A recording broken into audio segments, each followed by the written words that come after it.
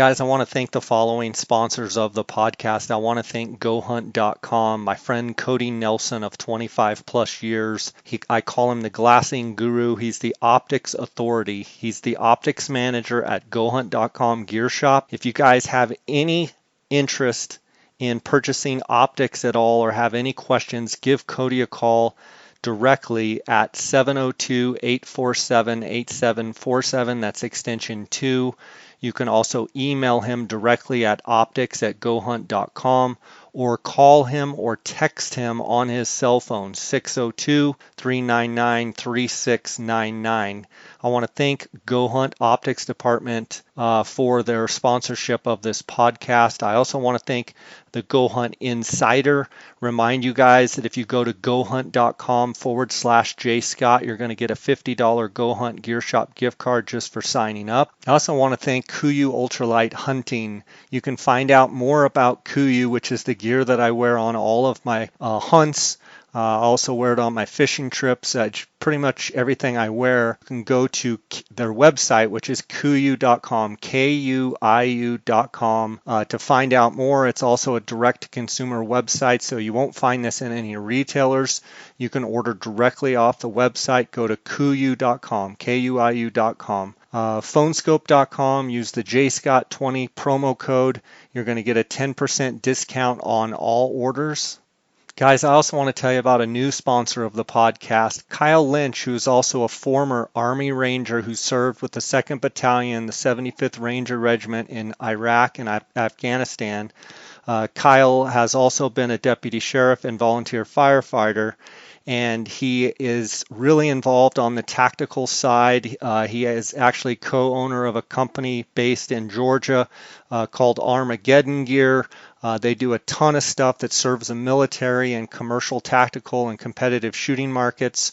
But he has designed a really cool elk call carrier, and he's launched a new website called allelk.com. Go check out the Bugle Mule. The Bugle Mule is a mouth call elk call carrier that is he's made it where it fits right out on the outside of a bugle tube. It carries up to 3 calls. Go check it out at allelk.com. For a limited time, the J. Scott Outdoors podcast listeners can get a 10% discount there at allelk.com. Put in the promo code JSO10 for 10% off. I want to thank allelk.com. I want to thank Kyle for his service to our country, and I want to thank him for the sponsorship of this podcast. Guys, without these podcast sponsors, I wouldn't be able to put the amount of time that I do into this. So I want to thank them, and I want to thank you. Let's get right into the episode. We've got a great episode today. It's actually part 2, elk calling with Steve Chappell. Steve does a phenomenal job describing how he's making those great elk sounds. And having been partners with Steve in the guide business for a long time, and having gotten to spend a lot of time with Steve in the elk woods, he's a phenomenal elk caller, and I've already gotten a lot of feedback from episode number 1, part 1, excuse me. And it's just awesome that Steve's able to spend some time with us and really describe how he is making these great elk sounds. I want to demonstrate for you an elk call that Steve has basically created, and that is the Trophy Wife elk call. It's a fantastic external read call, and here's how it sounds, and then we'll jump right into the episode.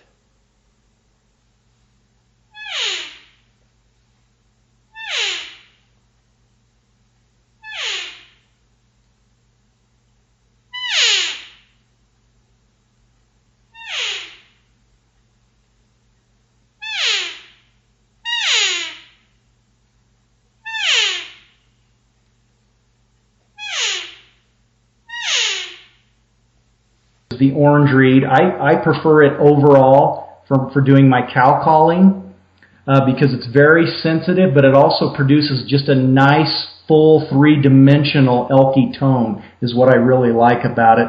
This was what it would sound like just doing what I would refer to as just a standard nasally cow call.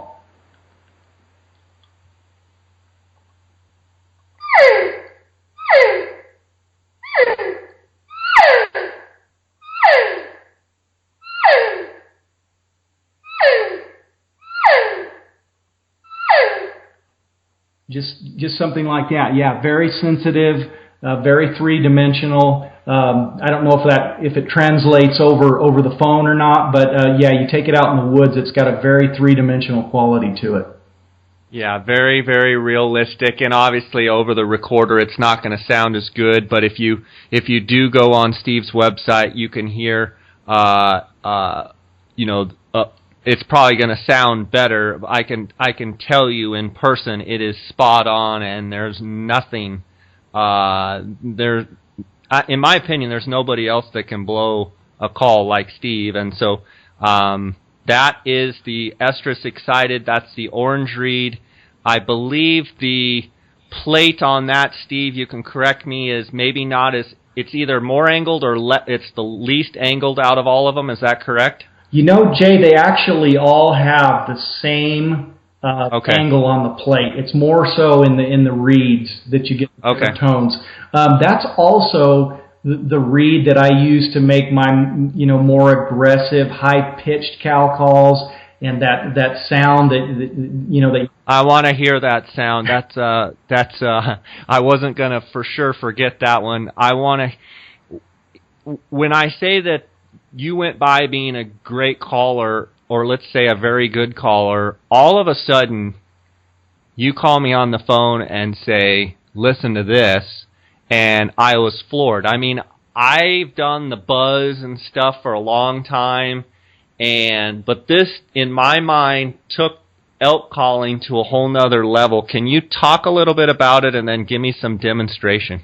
Yeah, absolutely. And that goes back to just being blessed with the opportunity to be around elk every year and experience the rut. And, I not only get to guide in Arizona for a month there during the rut, but then I'm able to go to Colorado where my dad has private land, and we guide there year in and year out, and we've got a big herd there, and they're the most vocal elk that I've ever been around. And I started hearing this sound that I wouldn't have known that elk even make had they not been right in front of me. And I've said it over the years, anybody that's been to my seminar or whatnot, I equate it to, it sounds kind of like a monkey, just an agitated monkey in a cage screaming is what it sounds like to me.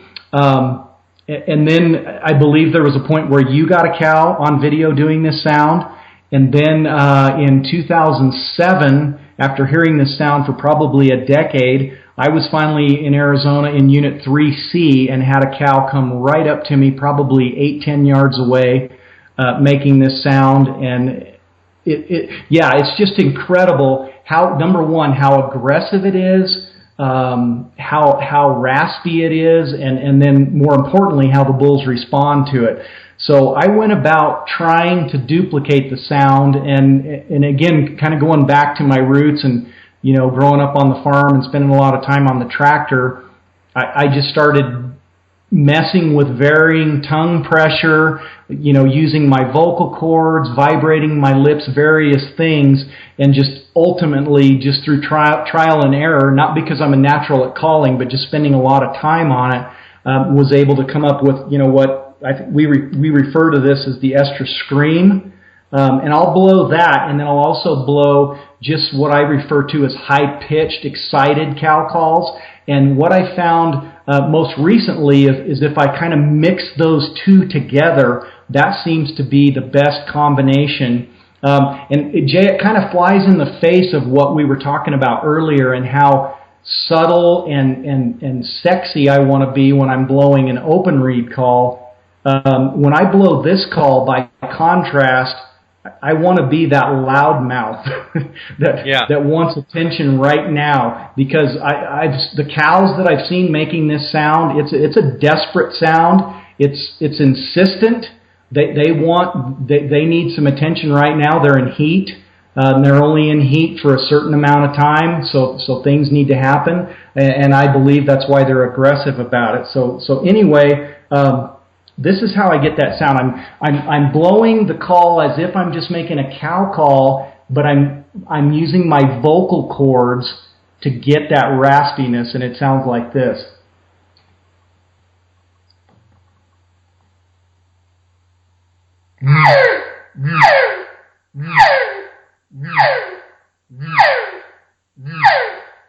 You can also vibrate your lips, and it gives it this sort of sound.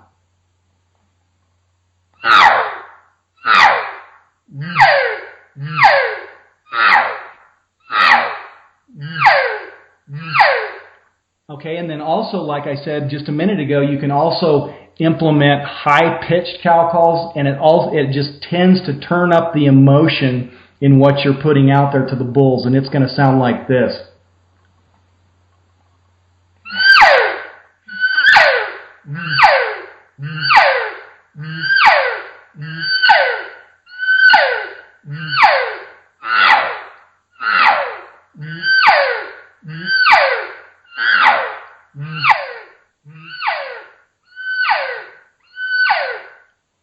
I know that sounds really wild.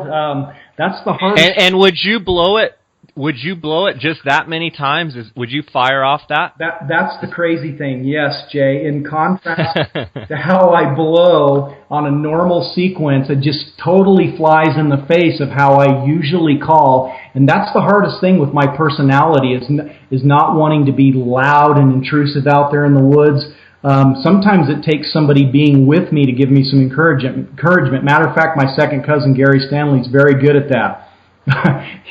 He'll tell me, He'll be like, cue the wild man. Yeah, blow that call, get her out and wind her up, and sometimes that's what it takes because I'm just not, my mindset is not there all the time. But yes, when I do finally pull that call out and start blowing it, I'm going to blow it frequently. I'm going to blow it loudly. I'm just trolling along, putting the vibe of love out there, I guess would be the way to describe it. And it's amazing to me. Sometimes even in the evenings, being an elk hunter yourself, how the evening hunt can be so much different than the morning hunt. You can be in an area where the bulls are absolutely tearing it up in the mornings. You can go back in the evenings and it can be completely dead. And there's been times where I'll try my usual standby calls, my, nasally sweet cow calling, nothing will happen. And I'll kind of just out of lack of anything else to try, pull that call out and start walking and blowing, just trolling with it, I guess you could say. And it is amazing. It'll go from total silence in the woods to one bull chiming off at it. And I just start walking toward the bull, blowing that call persistently, and then next thing you know, another bull chimes in, and then another bull, and there's been many, many times when 2 or 3 bulls will converge upon you, and you're dropping down, getting set up in a big frantic hurry because 2 or 3 bulls are bearing down on you. It's just amazing how dramatic it can be.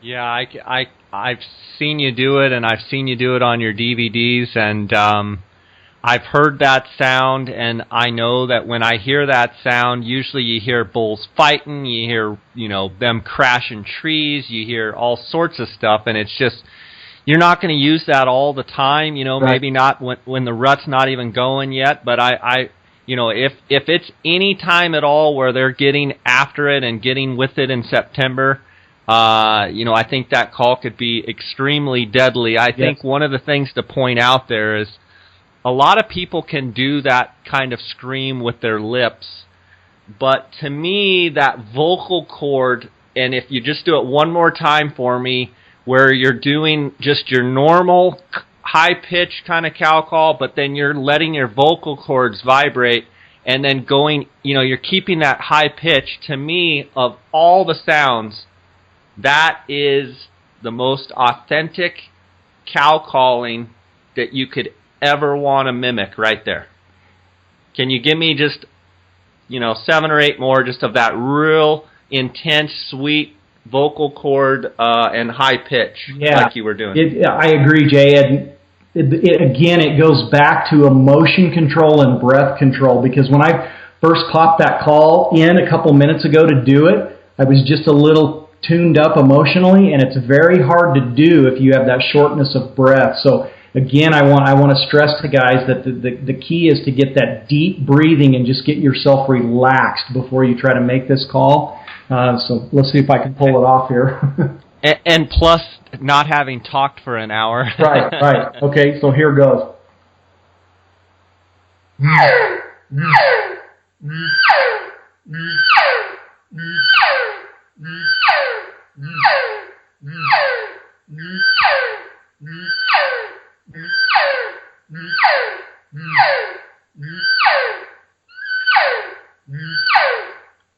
Okay. That's just world class right there, my man. That's unbelievable. Every elk hunter out there, if you're listening, if you're not learning how to make that sound, you are falling behind, and it is very difficult to do. But if you watch Steve, he's got his, you can actually watch his lips and watch how he's doing it on his website. Different links. You can go on his YouTube, and it's a phenomenal sound. Steve, that's the excited estrus calls. Those are fantastic. Run through the other ones, and maybe give me a bugle or two. Let me hear how the challenge, I believe it's the challenge call, bugles. Okay. Yeah, absolutely. You had to remind me to bugle because I'm more about romance out there in the woods than I am about going out there with a fighter's mentality. But I will say this: guys who bugle accurately, and by that I mean if they hit that high, ringy, strong note. A guy in particular that you and I both know, a good friend of ours, Corey Jacobson. He calls bulls in consistently with bugling, and I believe again its tonal quality is the key.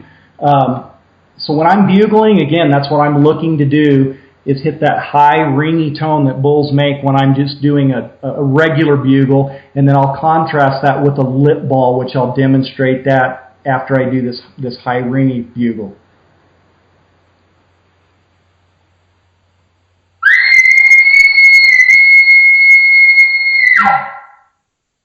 Okay, that's a high, like a contact type bugle. That would be a sound that I would make just to solicit for a bugle. Maybe I go out there in the morning that the elk aren't talking on their own, or in the afternoon they're not bugling. I'm gonna make a sound like that, and I really try to ring my own ears when I blow that call, and I believe that's when you get the best response out of it. Now another sound that I'll make, which I just referred to as the lip ball. I've noticed that the more mature bulls will make this sound. I don't hear the little 2.5-year-old bulls making this sound. And the way I'm getting that is I'm blowing through the call just like I would as if I was cow calling, but with more tongue pressure, and then I'm vibrating my lips. So again, it would be similar to making that Estrus Scream with your lips, but I'm using a little tighter lip pressure to make the sound. It sounds like this.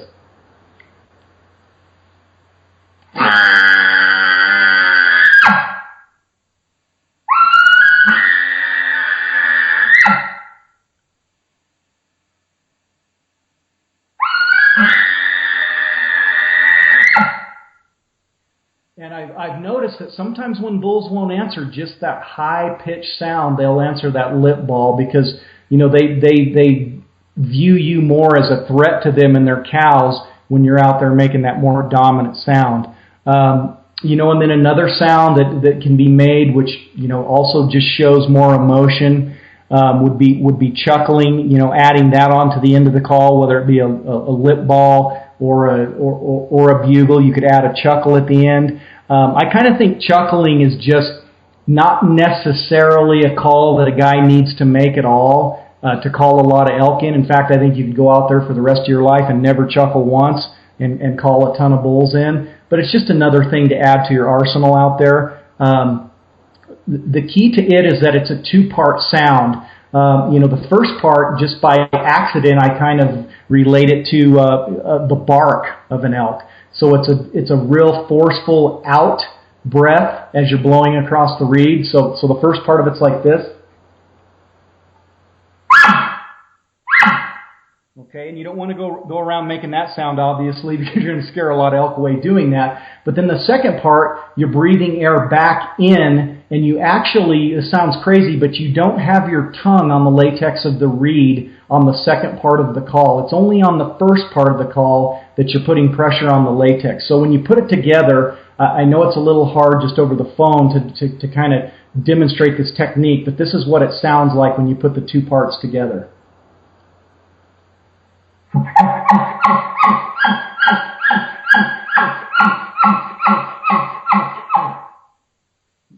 something like that is how that's going to sound. And again, that call takes a lot of practice.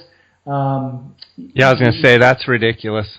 It takes a lot of breath control. To be honest with you, Jay, I'm not really sweet on my calls right now because it's March. I should be practicing more. I agree. You need more practice. Yeah, I agree. You need more practice.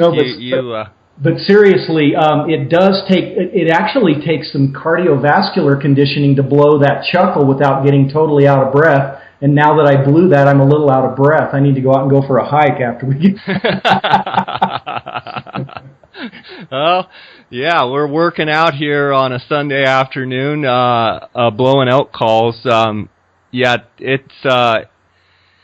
Steve, it's fantastic to hear you blow all those different calls. I've seen you progress as an elk caller, and it's been an unbelievable transformation to where you've come now truly an authority on elk calling, and really appreciate you demonstrating the calls. And I want to do another podcast with you at a later date, and we'll get into maybe some different scenario type stuff.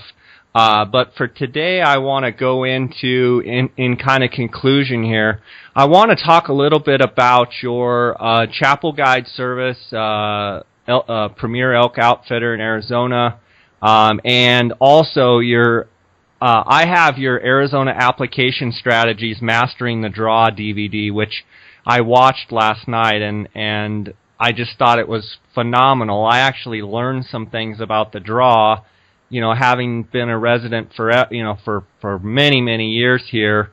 I thought I kind of knew everything, but you really walk through all the different phases of the draw. How has the feedback been on your Mastering the Draw Arizona Application Elk Strategies been? Well, I'll say this. The guys who have watched it, the feedback has been, very good, very positive. I think it's a DVD that a person might need to watch 2 or 3 times just to catch everything, because there's a lot of material that's covered there. Every state, the draw has little subtle differences. Our draw in Arizona is unlike any other states. But like you say, I do break it down. I go over each phase of the draw, and I go over specific examples, reports that are off the Game and Fish website. And I think the best thing that a person can learn from it is they can learn not only about the different phases of the draw, but they can learn how to read those Game and Fish reports, which is very important when you go to strategize for what hunts you're going to apply for. Because if you have X amount of bonus points, maybe say you have 15 bonus points, and you're of the opinion that you can maybe draw the Unit 9 archery hunt. Well, if you go on the Game and Fish website and look at the 20% bonus point pass report, it will tell you otherwise. So, again, I think the biggest thing that people can get from that DVD is they actually learn how to read these reports and then go about applying intelligently with a good strategy, because our draw is really all about your first and second choice, and knowing what to put first and what to put second is huge. I'm amazed when I talk to folks out there. It seems like I would say easily 9 out of 10 people don't have a real grasp for how the draw works, and it's not because they're not smart people. It's just because we have busy lives. We have a lot of other things that take precedence over understanding the draw, and I totally get that. It's just what I do for a living, so I figured I better understand how the draw works if I'm going to be giving people advice over the phone. So, I just spent a lot of time studying and reading about it, to be able to produce that DVD. And well, your examples that you give in the DVD by going through the actual Game and Fish booklet is amazing. And where can people order this Application Strategies DVD, Steve? Yeah, it's at the top of the DVD page on my website. So if you just go on to chappellguideservice.com and click on the Elk Calls and DVDs page, and when you're on the DVD page, it's on the very top. The video's $19.95 with free shipping, and I also offer it in package deals with the calls, so you can get the DVD and save a lot of money on the calls by making a single purchase. Great. And, one of the interesting things about this is, it's not necessarily elk. You can take a lot of what's in this into the deer, into the sheep, into a bunch of the other animals, correct? Right, yeah, because the concepts apply across the board. I believe the sheep draw is just a little different. Jay, you would probably know more about that because you're a sheep guru. I'm really just an elk freak, to be honest. But yeah, definitely that DVD, if you're applying for elk hunts, for deer hunts, antelope, exactly, it's going to apply. Yes. Yeah. I misspoke. The sheep is actually different. And then Steve Chappell Guide Service. Tell me which units you guide in Arizona, and you have some fantastic guides. Give me a little background on Chappell Guide Service and the units. I don't know if you're statewide or if you prefer certain units or what your status is there. Right. We have guided in most of the elk units. Not necessarily always by choice, but sometimes we'll get clients that draw units that we don't guide a bunch in. But to be specific, most of the time we're guiding in 9, 10, 1, 3A and 3C. I would say those are our top 4 units that we've guided the most in over the past couple of decades.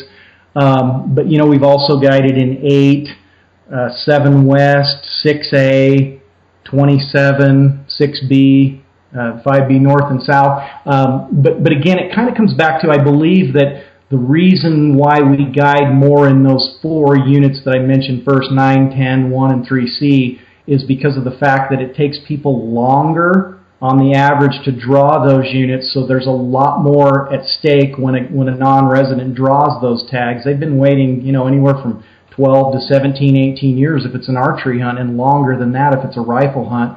And so those people who have waited that long are more apt to book, and I think that's the reason why we guide more hunters in those 4 units.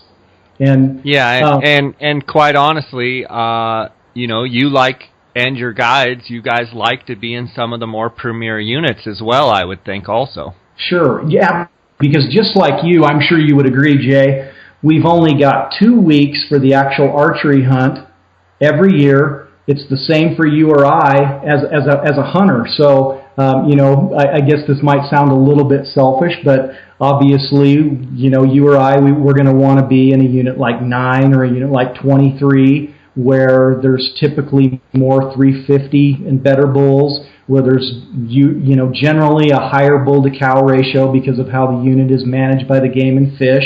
It just makes for better calling because you have a higher bull to cow ratio. There's more competition amongst the bulls, so when they hear a call, they're more apt to come to it.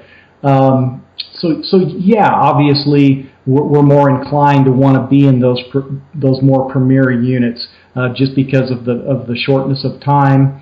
And then, the early rifle hunt, it's only a 1-week hunt. So really, besides being there in the unit prior to the hunt starting, the actual hunting with the archery and the early rifle hunt is only a 3-week time frame out of the year. And, God knows how we make it the rest of the year. Yeah, exactly. It's all a matter of it's depression from there on out.